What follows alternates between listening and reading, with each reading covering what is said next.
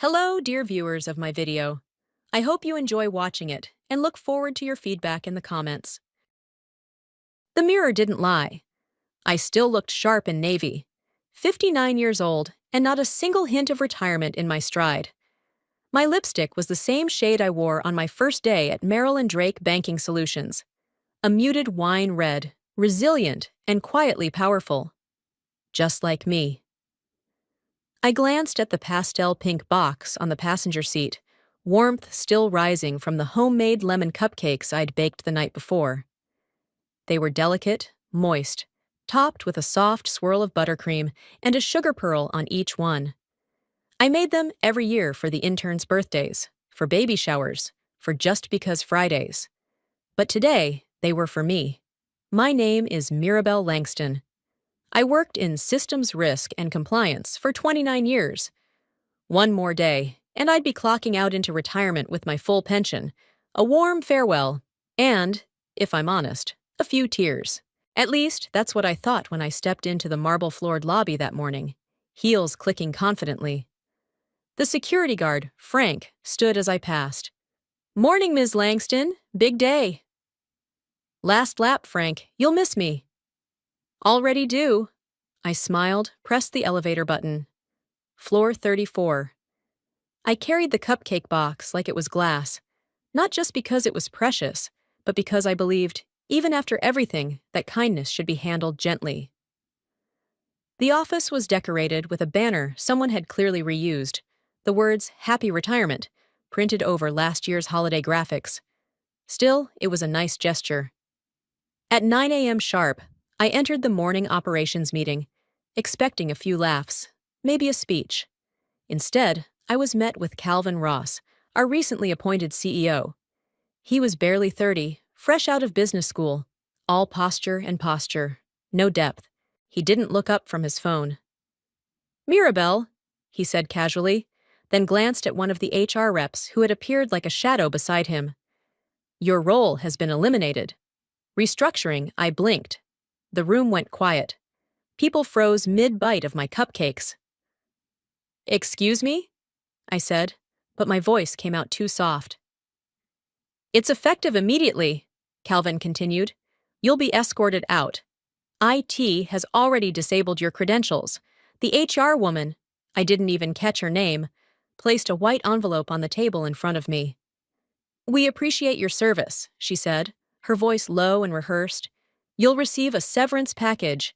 Minimal, of course, as your termination precedes pension eligibility." It hit me like a slow-moving freight train. This wasn't oversight. It was precision. A day before retirement. Just one. "You just didn't want to pay out a $1.3 million pension?" I said, but it wasn't a question. It was the answer. Calvin finally looked at me. "This isn't personal." I smiled. Not because I was okay, but because they thought I wouldn't see this coming. I glanced at my watch, a vintage Omega that had ticked through 3 decades of loyalty. "Well," I said, gathering my things. "Good luck." I walked out, calmly, past the blinking stairs, past the half-eaten cupcakes, past the interns who'd learned every lesson I had taught, but never saw me as more than the wallpaper of this place. But what no one knew, what Calvin definitely didn't know, was that the moment I was forced to walk out, I triggered something embedded deep within the compliance framework I'd built, a small, quiet loop in the system, one that activated if, and only if, my credentials were removed without proper retirement status clearance. It wasn't sabotage. I'd never do that. But it was protective. I had always been loyal. Always. But the system I created? It was loyal only to fairness. And it had just been awakened. I didn't cry. Not in the elevator, not when I handed over my badge, and not even when I left the box of untouched cupcakes in the break room. I walked out with my head high, but the weight followed me home, heavy and cold, like sleet in my chest. Once inside my apartment, I did what I always do when I need answers. I opened the drawer by the hallway mirror and pulled out a small leather-bound notebook. My notebook, the one no one at the bank ever saw, the one I hadn't touched in years. Its spine creaked when I opened it. Each page was a story, a memory, a problem solved. Sketched out diagrams of compliance pathways, encryption ladders, handwritten notes in fine blue pen. I'd written it all, the core structure of the risk system I built from nothing. It had started as a tool for security, but over time, it had become something else. Something protective, something principled. I flipped through years of inked wisdom until I reached a section bookmarked with a faded sticky note. HIA. Human Integrity Anchor. I created it during the dark winter. The company almost collapsed under the weight of its own greed. We were bleeding clients. The CFO was under investigation, and I was watching our core values rot from the inside out, and no one listened. Back then, I was still mid-tier, a senior analyst with a reputation for being difficult. That was code for, she won't sign things she doesn't believe in. I had refused to falsify quarterly compliance reports. I'd written emails flagging misaligned third-party agreements. I even once submitted an anonymous ethics alert, though somehow my name still ended up whispered in the wrong offices. They passed me over for promotions, isolated me from projects, called me inflexible, but I didn't back down. It was during those endless nights, with vending machine coffee and server logs streaming across 2 monitors, that I wrote the first lines of the HIA. It wasn't revenge, it was a safeguard, a line in the digital sand. If I was ever removed from the system unethically, if my access was revoked without proper protocol, the HIA would trigger. A chain reaction would begin. Lockouts, alerts, authentication freezes. Critical layers of the system would shift into read-only mode, and the codebase would begin backing itself up to a secure node I controlled. Nothing dramatic, just unreachable. The bank wouldn't collapse, but it would pause, and pause long enough for someone to ask why.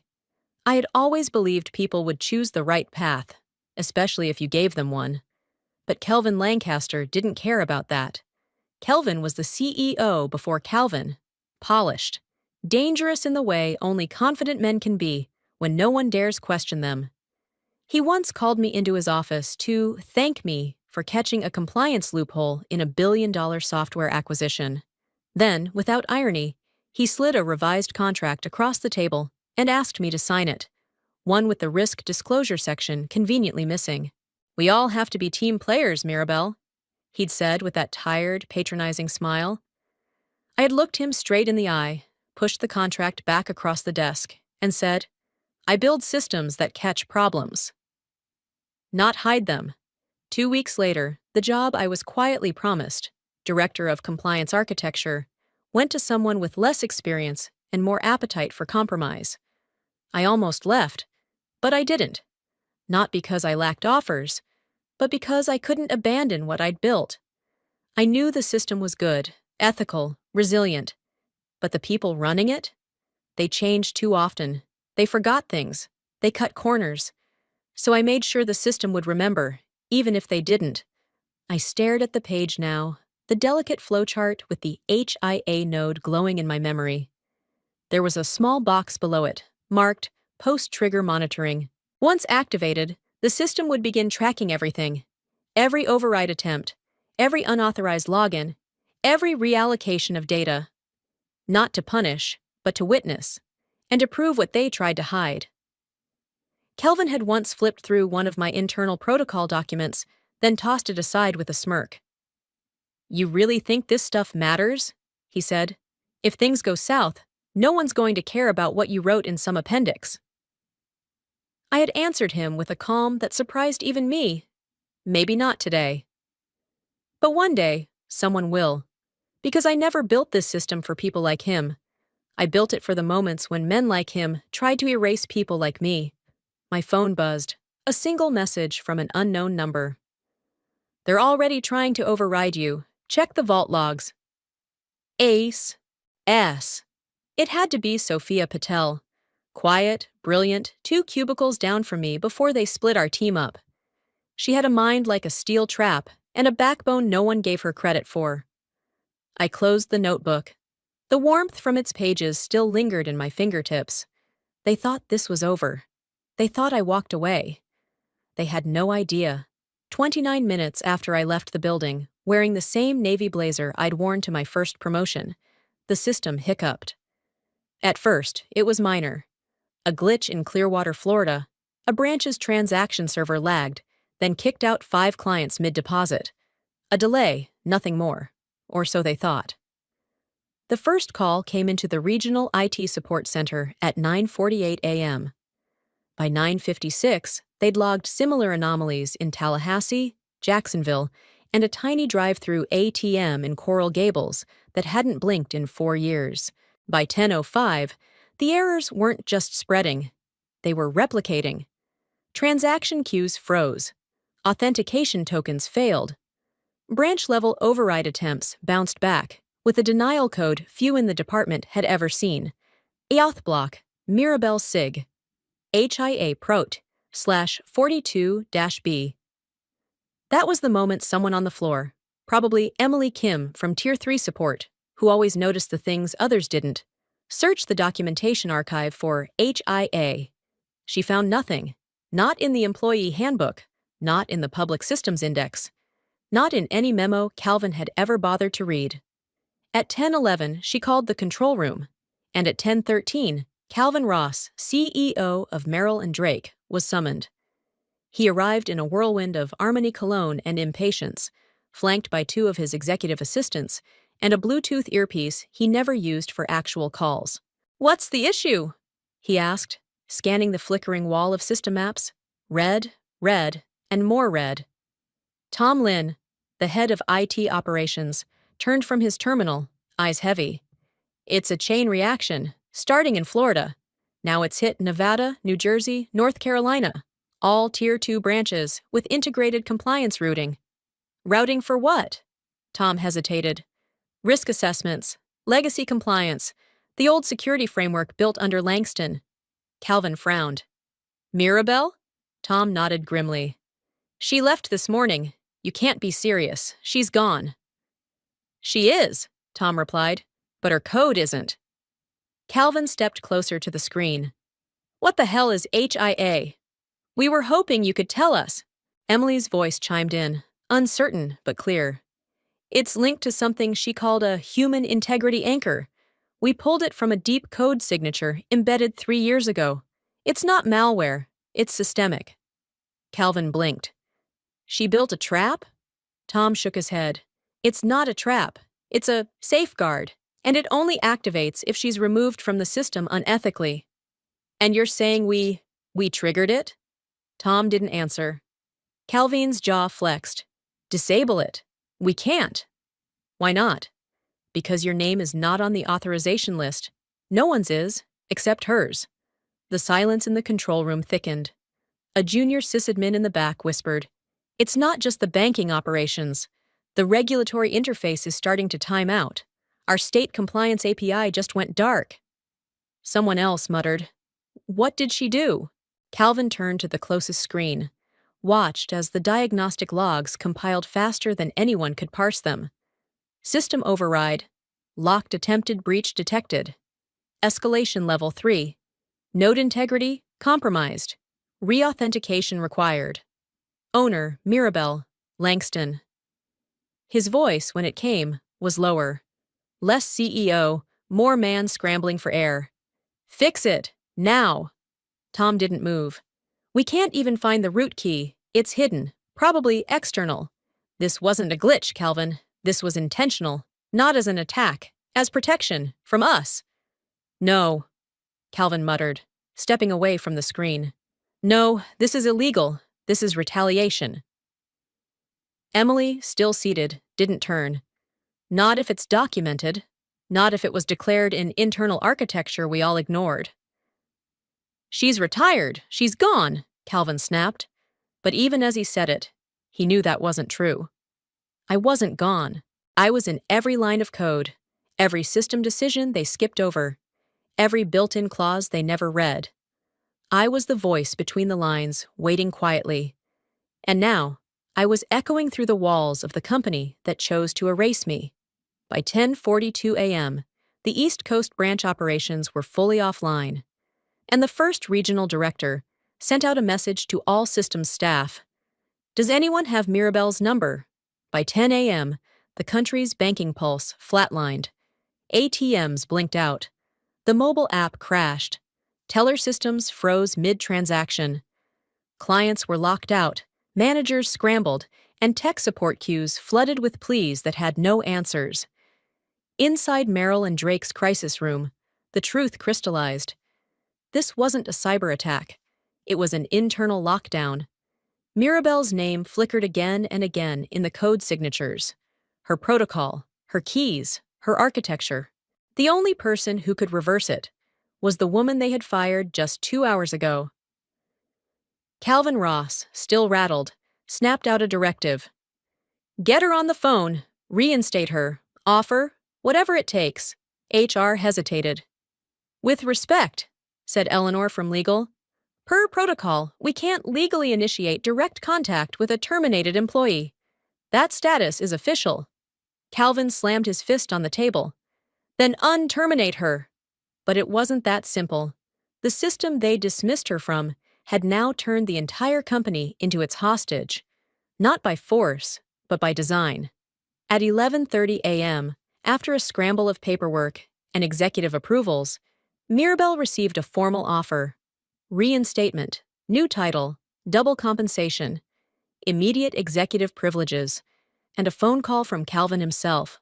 His voice, usually brisk and booming, now trembled with urgency. Mirabelle, we need you. You've proven your point. Sign the contract. Come back. Restore the system. I listened. Quietly. Then I said, You misunderstand. This isn't personal. HIA isn't a switch I control. It's a protocol bound to integrity triggers.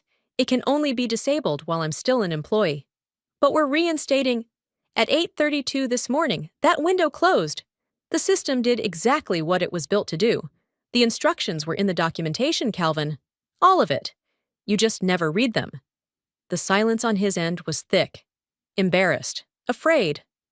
I softened my voice, just enough to be clear. This isn't revenge. Pause. It's architecture. Then I hung up. By noon, the headlines had already begun. Nationwide outage cripples, Merrill and Drake systems, ATM meltdown, customers locked out of funds. Tit. Tech glitch or ethical bomb? Inside the skyscraper I once called home, the crisis room had become a bunker. The IT department, exhausted and overwhelmed, finally admitted the truth. The system was unrecoverable by internal means.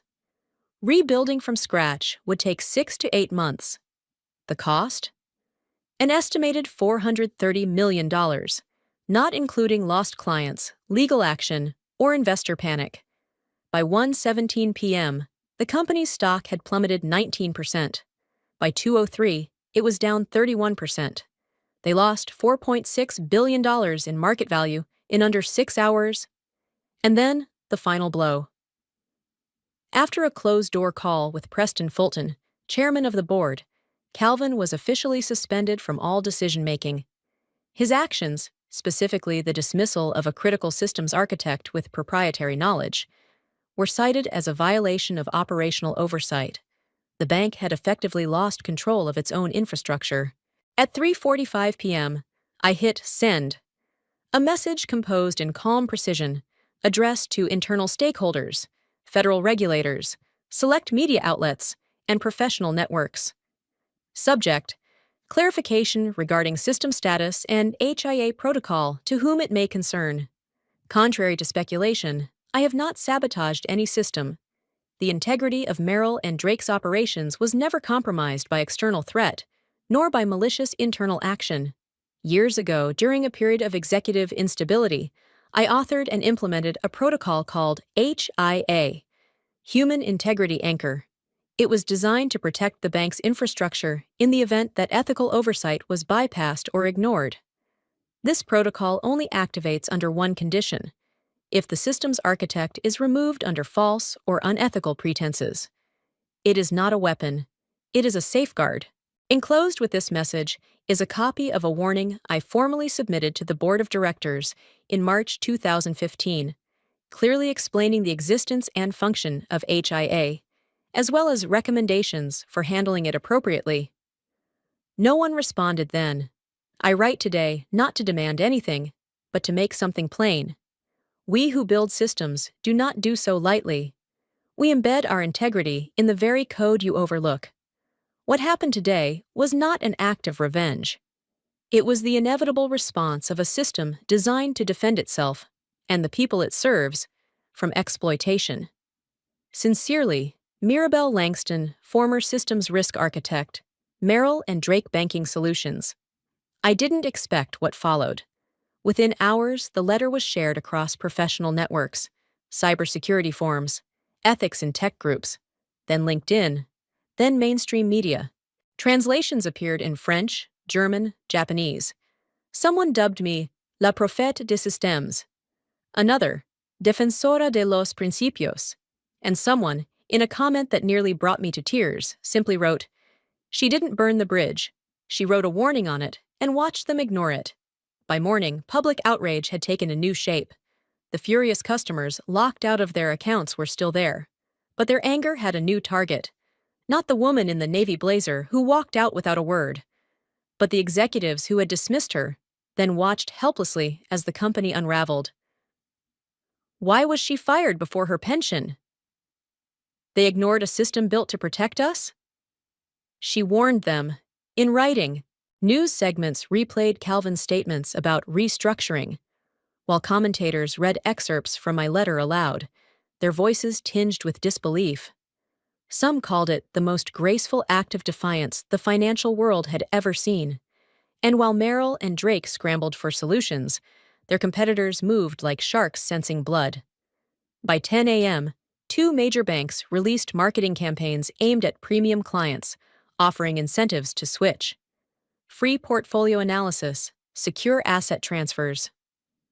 "Your trust is our architecture," one ad read, directly quoting me. The exodus began almost instantly. High net worth clients, terrified by the outage, flooded hotlines and began withdrawing assets. By the end of the day, 46% of the bank's premium savers had initiated transfers. Then came the second blow. A panicked search through archived documentation by the bank's legal team uncovered something Calvin had clearly never read, though he'd signed it. A clause buried in a 2016 appendix. Patent registration, ML-SYS-H-IA-FRMK, registered under Mirabelle Langston Innovations, LLC. The bank had licensed my system. They never owned it, which meant the moment my employment ended, the moment they revoked my access, the license automatically terminated. It wasn't just a protocol reaction, it was a legal one. I had paid the renewal fees myself for years. Quietly, privately, because deep down, I'd always known, if the bank couldn't be trusted with people, they shouldn't be trusted with power. By noon, Calvin's name was scrubbed from internal memos. Officially suspended, indefinitely. I imagine he read the license revocation report in silence. His once golden future now in shambles, undone not by scandal or competition, but by a clause he never bothered to read. It was never revenge. It was structure, governance. The same thing I tried to teach every intern who walked past my desk. Read what you sign, respect what you build, and never assume loyalty without accountability. The news alert still buzzed on my phone, but I'd turned off notifications. Outside, the sun lit the edge of my tiny backyard garden. Tomatoes nearly ready, basil unfurling wide, and morning glories curling around the old trellis like they knew something was coming. I knelt in the dirt, hands deep in the earth, trimming a row of stubborn marigolds. The rhythm calmed me. It always had. No meetings, no urgent memos, just roots and sunlight and the quiet understanding that some things grow stronger in silence. The world was still talking about me. Reporters kept calling. Financial podcasts dissected every word of my email. A woman I hadn't spoken to since college tagged me in a photo captioned, "I once studied next to this legend." But I didn't feel like a legend. I just felt still. I didn't build HIA for applause. I didn't set traps. I built it because I believed architecture should reflect principle, not just utility. Systems are people, even when they pretend not to be. They mirror the ones who build them. And mine, when pushed, had reflected me. At peace with my choices, I returned to the kitchen, where a single envelope waited on the counter, thick, with an elegant gold seal. The return address read, Apex Federal Technologies. Inside was no contract, no offer. Just a handwritten note, and something smooth and metal beneath it. Dear Ms. Langston, we watched. Not just what happened, but how you responded. Your system stood not because it fought, but because it refused to be compromised. We believe the future of infrastructure depends not on speed, but on integrity. Please accept this small plaque as a token of respect, not for the conflict, but for the clarity you brought to it. This isn't an offer. It's an open door. Sincerely, A. B. Rios, Chief Innovation Officer, Apex Federal Technologies. I turned the plaque over in my hands. Simple brushed steel, engraved with just 4 words. Designed to defend dignity. No salary, no negotiation. Just an invitation to create something new on my terms. I placed the plaque gently on my bookshelf, between an old photo of my parents at the state science fair and my very first systems manual, its cover cracked and spine worn. I didn't need revenge. What I needed was right here. The truth that what I built worked, that it protected, that it endured. And as the wind rustled through the garden outside, I smiled to myself. Let the world rebuild. I was already growing something better. The world kept spinning. The headlines faded. The online debates moved on to other controversies. Louder ones, a scandal at a tech startup, a billionaire's fall from grace, another corporate cover-up. People moved on. And I let them. I spent most mornings in the garden now. My hands had learned to read the soil again. Not for efficiency, not for profit, but for patience. You could learn a lot about a thing by what it needed when it struggled. Plants, systems, people. I still thought about what happened, not with bitterness, but with curiosity. Like looking at the rings of a tree stump. Each one told a story. Mine wasn't about revenge. It never was. Revenge requires fire. But I never burned anything. I wrote a structure, a set of lines and checks, a safeguard. And at the center of it all wasn't rage. It was something much older, much quieter. Respect. Not the forced kind that comes with titles and offices, but the kind that should be given freely, to work done with integrity, to principles that hold even when no one is watching. People thought I coded my bitterness into that system. They were wrong. I coded my values. When they dismissed me, I didn't retaliate. I simply stepped aside and let the system respond exactly as it was designed to. Not with vengeance, with consequence. There is a difference. Anger fades. But principles? Those endure. It had never been about money. Yes, the pension was large. Yes, it would have been easier to leave with ceremony and cake. But what they took from me wasn't dollars. It was dignity. Or rather, they tried to. And the system reminded them they never had the right to. I remember sitting on my porch one afternoon, sipping chamomile tea, watching the breeze ripple through the lilacs, when I realized something. They hadn't just underestimated me. They had underestimated what I built. Calvin thought systems were tools, things to bend, override, exploit. But he never understood that good architecture doesn't just execute commands. It remembers, it protects. It outlives its creator, not as a monument, but as a guardian. When I created HIA, I wasn't thinking of myself. I was thinking of whoever came next. The young analyst pressured to sign a document they didn't believe in. The junior developer afraid to speak up in the boardroom. The quiet woman in compliance who watched numbers twist and ethics vanish. I built it for them. To tell them, someone came before you who believed in doing things the right way, even when it wasn't easy. Especially then.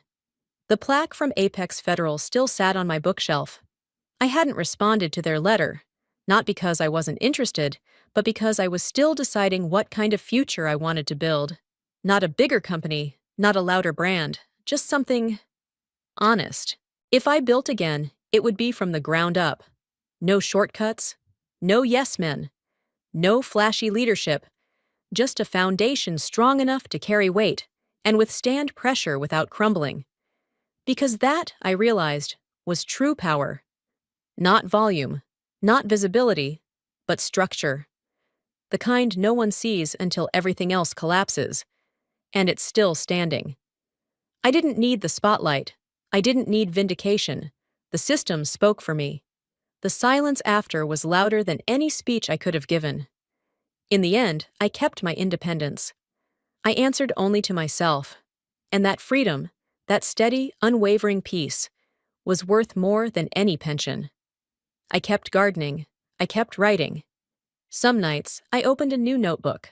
Blank pages, fresh ink. A new idea forming. Not a replica of what I'd built before, but something simpler, cleaner, maybe even more radical in its clarity. I didn't know yet what it would become, but I knew how it would begin. With integrity. The story didn't end in scandal. It didn't need to. It ended with a woman returning to her home, setting down her bag, and realizing she had done exactly what she set out to do. Not loudly, not for applause, but with purpose. And if anyone ever asked what true power looks like, I'd point them here, to the roots beneath the system, to the woman who refused to bend, to the quiet, indomitable foundation. And I'd say, it looks like this. The world had moved on. That's what people said anyway. A new scandal had gripped social media. A massive breach in another tech giant stole the spotlight. Analysts shifted their focus. Market waves rolled in new directions. Calvin's name was quietly scrubbed from most of Marilyn Drake's public documentation, replaced by vague language and phrases like, under temporary leadership transition. But I didn't care. My garden was blooming. Tomatoes swelled like red lanterns on their stems. The basil was bold, almost perfumed, growing faster than I could cook with it. Morning glories wound their way around the fence, dancing like tiny violins strumming in the wind. I stood outside most mornings, barefoot in the dew. The ground was cool and honest, and for the first time in years, I wasn't rushing to a screen, to an alert, to a crisis dressed as a meeting. I wasn't tracking performance reports. I wasn't editing audit schedules. I wasn't calculating how to say no to unethical requests in a way that wouldn't get me labeled difficult. I was just me. Mirabelle Langston, retired, unshaken, at peace. The irony wasn't lost on me. My retirement gift hadn't been a plaque or a party. It had been a global headline, a bank frozen in place, a system that said no for me because they never let me say it myself. And the best part? I hadn't raised my voice. I hadn't stormed any offices or filed lawsuits. I hadn't even answered half the media calls that came afterward. What I had done, quietly, years ago, was design something that told the truth, even if no one read it. They thought I'd coded rage into the system, that I'd built a weapon, hid a landmine, written a line of petty vengeance into the back end. But they didn't understand. I had never been angry. I had been careful.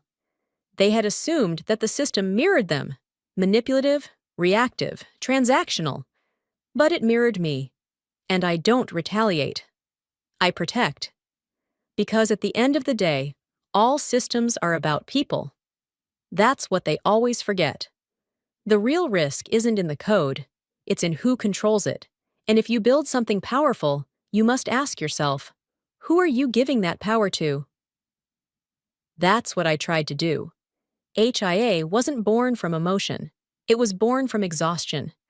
The exhaustion of watching line after line of data twisted, suppressed, silenced. Watching good people get edged out, while the wrong people rose through shadows and shortcuts.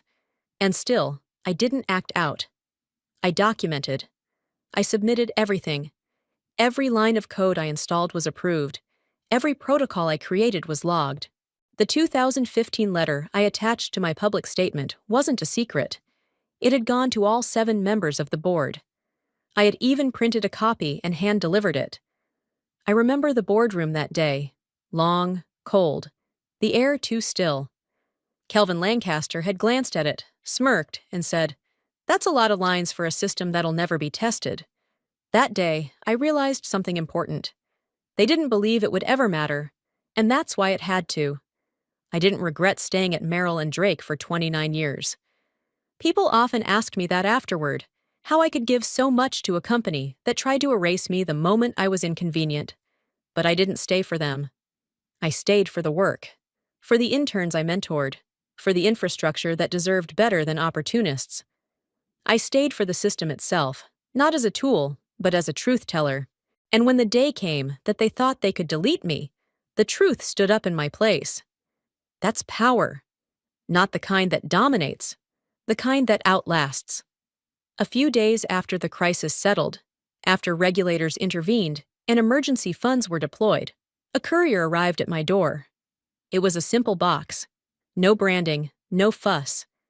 Inside was a small metal plaque and a card written in graceful handwriting. "She who codes for clarity cannot be erased. We hope one day to build with you. Apex Federal Technologies." The plaque was brushed steel, heavy in the hand. 4 words engraved in sharp serif font. Designed to defend dignity. It wasn't a job offer. It wasn't bait. It was a door. And I didn't walk through it. Not yet. Because first, I had to remember who I was without the weight of survival. I needed to know if I still loved architecture when I wasn't forced to build it defensively. Could I create without fear? Could I design without armor? It took time. I let the phone calls roll to voicemail. I answered only the letters that came handwritten. I declined interviews. I avoided cameras. Instead, I walked. I read old textbooks. I returned to the libraries where I used to spend weekends as a teenager, tracing algorithms with my finger and whispering theories to myself like spells. And slowly, something stirred. An idea, not a system, not a firm, not a business model, a school, not of academia, not of certification, but of foundations. A place where young minds could learn to build with ethics as their framework. A place where code wasn't taught as commands, but as responsibility. Where system architecture started not with function, but with intention. I didn't want protégés. I wanted protectors. I wanted to raise architects who'd never be asked to compromise their principles in order to keep their jobs, because they'd know how to design systems that protected themselves. They'd know better because someone taught them, and maybe, one day, they'd teach someone else. The last file I opened before leaving the corporate world sat quietly on an encrypted drive. Inside, it read, Name, Mirabelle Langston.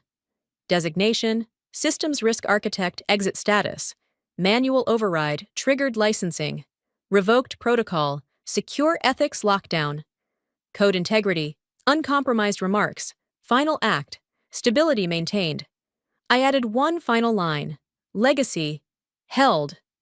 Then I closed the drive. Permanently. That evening, I walked through my garden as the sun set. The tomatoes hung heavy, the marigolds hummed with bees. The wind brushed my skin like an old friend, reminding me, I didn't just survive, I built something that stood. And as I stepped back into my home, I knew the truth with a clarity sharper than any resignation letter, any speech, any televised apology they might ever give. Power isn't in noise, it's in the foundations, in the things you build with care, with silence, with principle, not for applause, but because you know they're right. And if no one ever sees them, if no one ever thanks you, that's okay. Because you know. And that's enough.